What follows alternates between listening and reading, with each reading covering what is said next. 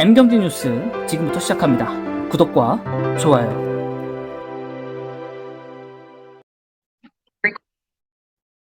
자, 태풍의 충격 포스코입니다. 자, 영업이익 1조 깨졌습니다. 자동차와 조선주도 뿌리째 흔들거리고 있다라는 소식입니다. 자, 지난달 중순의 포항 지역을 덮친 태풍으로 인해서 기록적인 폭우로 포항 제철소는 49년 만에 사상 처음으로 전면 가동 중단이라는 정말 유례적인 일이 벌어지고 말았습니다. 자, 이번 3분기에 냉천 범람에 따른 포항 제철소 생산 중단과 이로 인한 영업 손실, 일회성 비용 증가, 단기 연결, 영업이익 같은 경우에 4,400억 정도 가량 영향을 좀 받았고요.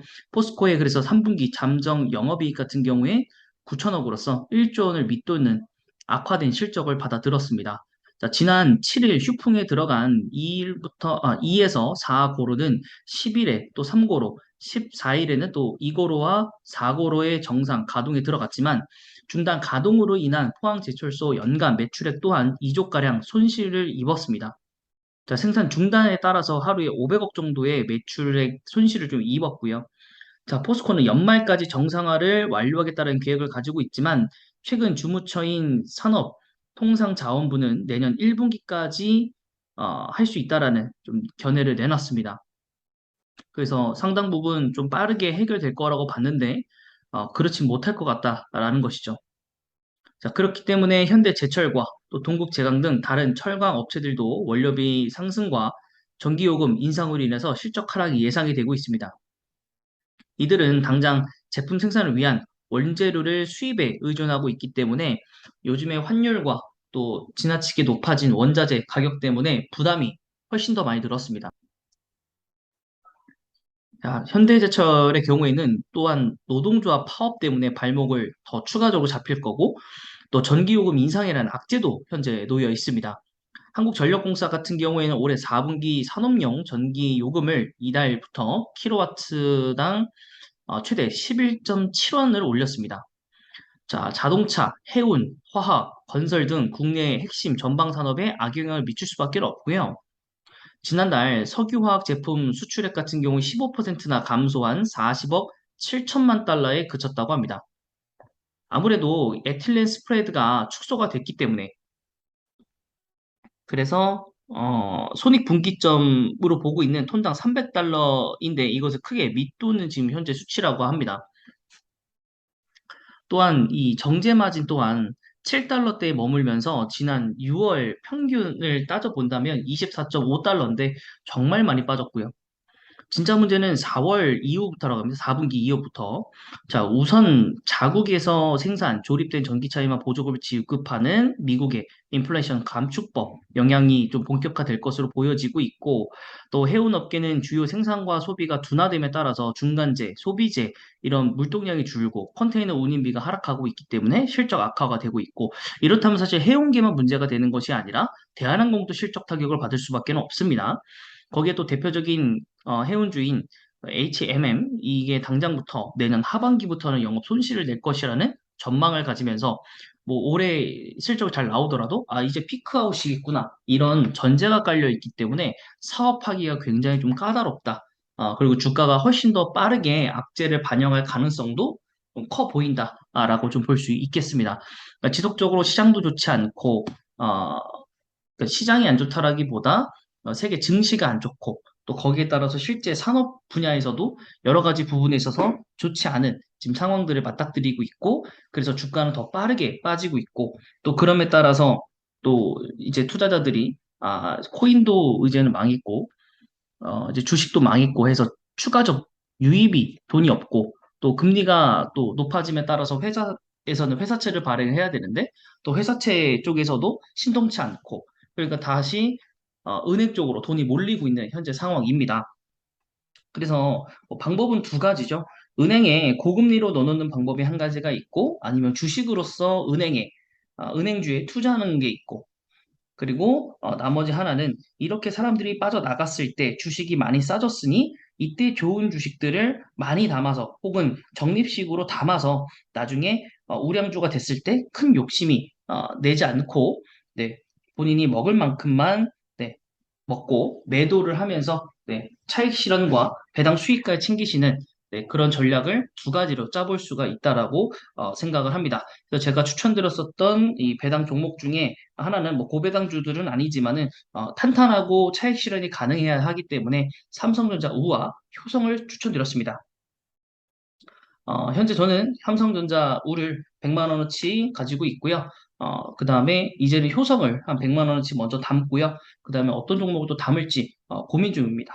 그래서 현금 여력이 그렇게 크진 않기 때문에 차근차근 뭐 달마다 해가지고 한 100만 원씩 종목들을 좀 분산해서 담아보고 우량주들 그리고 배당주 중심으로 담아보고요. 그 다음에는 또한 뭐 현대차 이런 지금 현재 많이 떨어진 포스코홀딩스 이런 종목들을 좀 담아볼 생각을 가지고 있습니다. 그럼 차트를 통해서 한번 또 보시죠.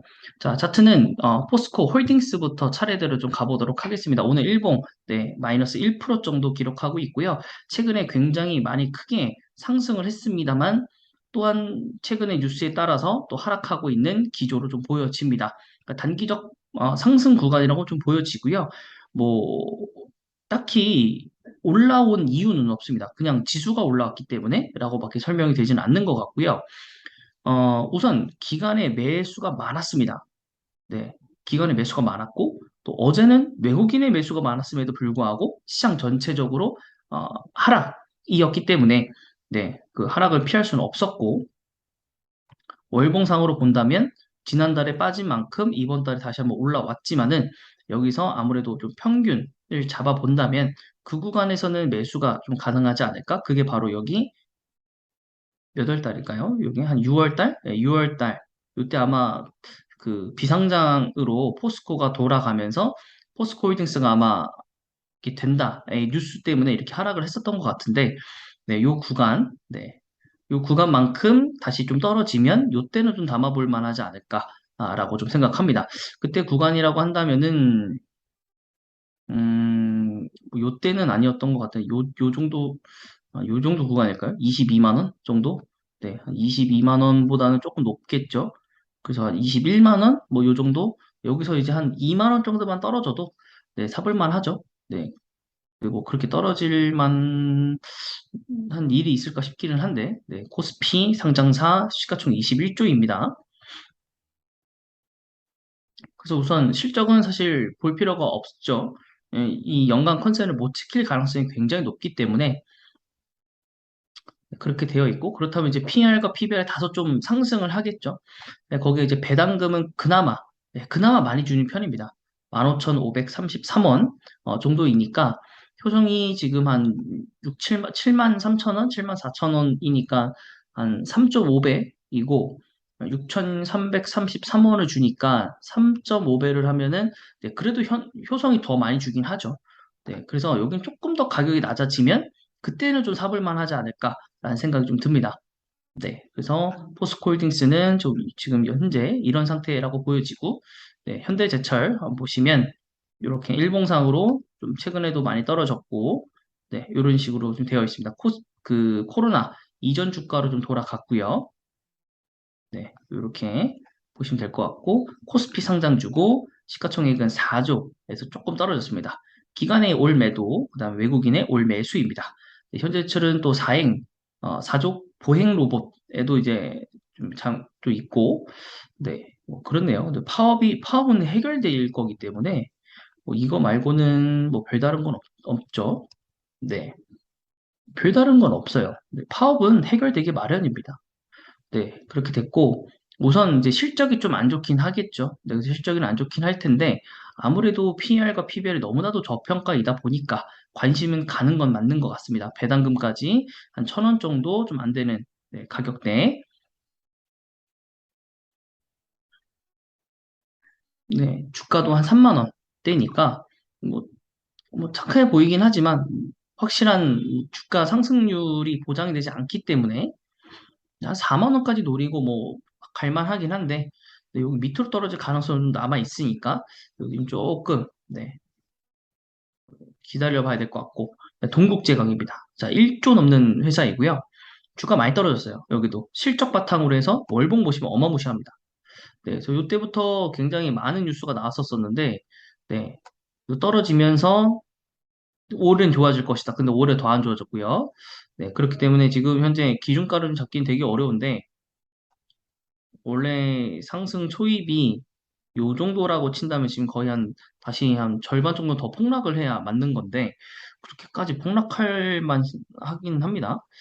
일단은 외국인, 그 다음에 기관, 네, 이렇게 매수 매도가 이루어지고 있고, 실적은 여긴 괜찮아요. 여기는 이제, 아무리 철강 그쪽이라고 하더라도, 그 외관에다가 색칠하고 막 이러는 그런 철강이라서, 근데 그럼에도 불구하고 이제 PR과 PBR이 낮은 수준이고 뭐 배당은 좀 적게 주긴 하지만 네, 뭐 그런 부분들로 봤었을 때는 동국제강은 조금은 아직까지는 좀 매력적이라고 좀 판단이 됩니다. 물론 3분기 실적이 좀 생각보다 안 나오면 좀 문제가 있기는 한데 이 4분기도 실적이 원래 안 좋기 때문에 네, 그렇게 한번 비교는 한번 해봐야 될 것 같습니다. 동국제강은 네, 그래서 요 정도까지 한번 보는 걸로 하고요. 철강주들은 그 다음에 저희가 봐야 되는 종목이 석유화학 제품이긴 한데 뭐 여기도 그렇고 정제마진도 좀 그렇고 해운업계 좀 볼까요? 해운업계 HMM HMM HMM 한번 보시면 주가 많이 떨어졌을 거예요. 네, 피카오 우려가 이미 진작에 나왔었던 회사이기 때문에 네, 19,000원까지는 떨어졌고 시가총액 9조를 좀 지키고는 있긴 합니다. 외국인과 기관 예, 모두 매수의 흐름. 기관도 최근에는 이제 매수 흐름으로 돌아섰다가 어제 많이 팔긴 했는데 네. 그래도 이제 운임이 떨어지고 있다라는 건 너무나도 큰 사실이기 때문에 네, 조금은 위험하죠. 이제 3분기를 기점으로 다시 한번 피크아웃이 일어날 수도 있어요. 왜냐면 작년에 보면은 3분기, 4분기 그리고 그 다음 1분기까지 굉장히 고피크를 달렸고 지금 보면 내려가고 있잖아요. 이제 더 내려가면은 이제 역전 현상이 생겨버릴 수도 있어요. 이제는. 그래서 굉장히 좀 조심해야겠다라는 거.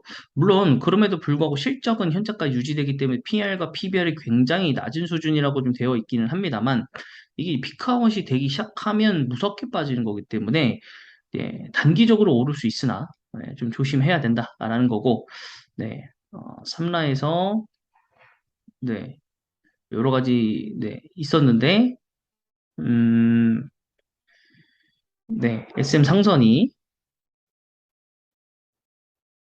네, 인수하는 거는 좀 보류를 한 것 같네요. 네, 이렇게 됐고, 그 다음에 뭐 페노션도 하나 볼까요?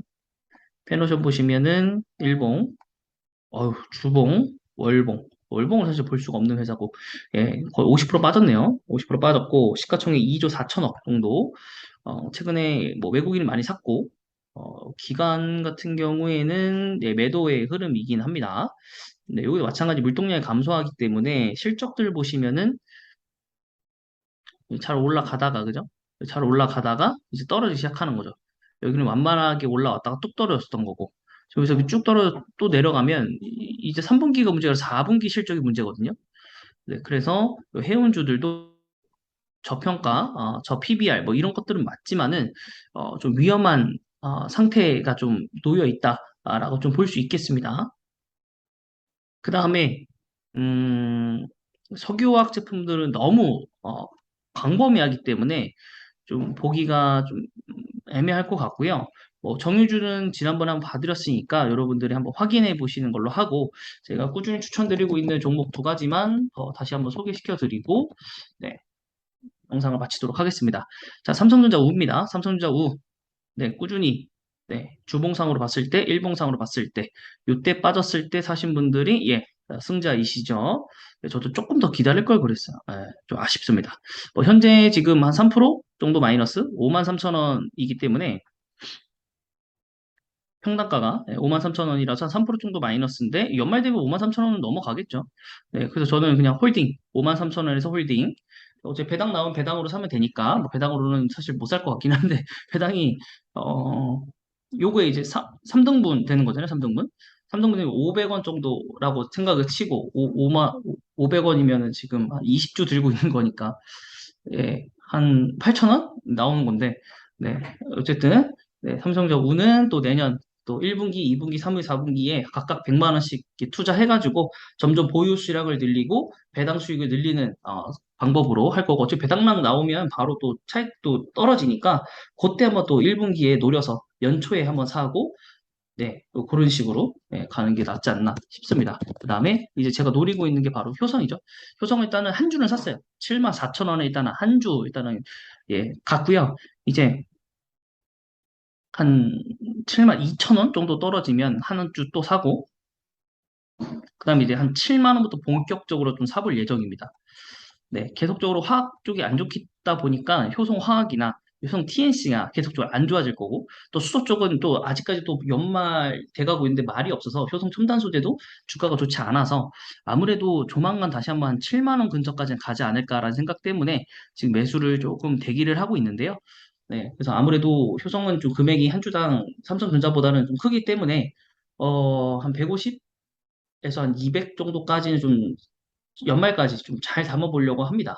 그래서 시가총액 1조 5천억이고요. 네, 지금 실적 보면 굉장히 좋지는 않아요. 네, 그지만 이제 고배당의 느낌. 은행주도 아직까지는 조금 애매해서. 네, 그래서 그 배당 6,333원. 그래서 작년 연말에도 배당 이걸로 해서 수익을 굉장히 봤었거든요. OCI도 그랬었고, 또 모든 회사가 기억은 나질 않습니다만 롯데 정밀화학도 그랬고 네, 배당으로 수익을 좀 쏠쏠차게 됐고 거기에 또 차익 실현까지 돼서 이번 연말에도 좀 그런 전략으로 좀 없는 현금을 이용해서 네, 그렇게 한번 돌려보려고 합니다. 네, 그래서 효성 이렇게 됐고 현대차도 뭐 주가가 많이 내려왔기 때문에 현대차도 괜찮을 거라고 좀 생각을 합니다. 현대차 같은 경우에도 이제 꾸준히 밀고 있는 주식이었죠. 장기 보유주였고 또 5,300원이고 네. 아까 물론, 포스코가 더 많이 주긴 하는데, 네. 어쨌든, 지금 뭐, 현대차, 포스코, 네. 지금 뭐, 저점 맞으니까, 현대차도 한번 매수는 고려를 한번 해보시고요. 네. 그 다음에는, 뭐, 은행주에서는, 현재 이제 하나금융지주가 굉장히 매력적이죠. 하나금융지주가. 왜냐면, 이제 하나금융지주가 아니군요. 기업은행입니다. 기업은행. 기업은행이 이제 만 원 이제 허가단이 변경되는 그 구간까지 왔기 때문에 네, 한번 요 구간에서 한번 잡아보시는 것도 추천드리고 코로나 이전 주가로 돌아간 은행주가 없어요. 거의 없어요. 네, 근데 거의 지금 터치하기 직전이거든요. 요 폭만큼 터치하기 직전이니까 이때부터는 강하게 매수에 대응해도 되고 다른 기업들은 중간 배당이다 뭐 분기 배당이다 바꿨지만은 기업은행은 아직까지는 연말 배당이기 때문에 이 연말 배당이 온전히 다 나올 거기 때문에 네, 저는 괜찮을 거라 보고 또 기업을 대상으로 대출업을 하고 있기 때문에 가계대출 포트폴리오를 가지고 있는 다른 은행주들보다는 기업은행이 훨씬 더 괜찮은 퍼포먼스를 낼 수 있다라고 여러분들께 말씀을 좀 드릴 수 있을 것 같습니다. 그래서 배당 800원 정도 나오니까요. 네, 그거 한번 계산해 보셔가지고. 네, 근데 800원이면 여기 8배를 해야 효성이랑 똑같은 거거든요. 그 여기 8배 하면은 8만 원이잖아요. 그리고 사실 효성이 조금 더 싸긴 합니다. 네, 이런 걸로 봤을 때 효성도 나쁘지 않다. 네, 그렇게 생각을 해주시면 좋을 것 같습니다. 네, 이번 영상은 여기까지입니다.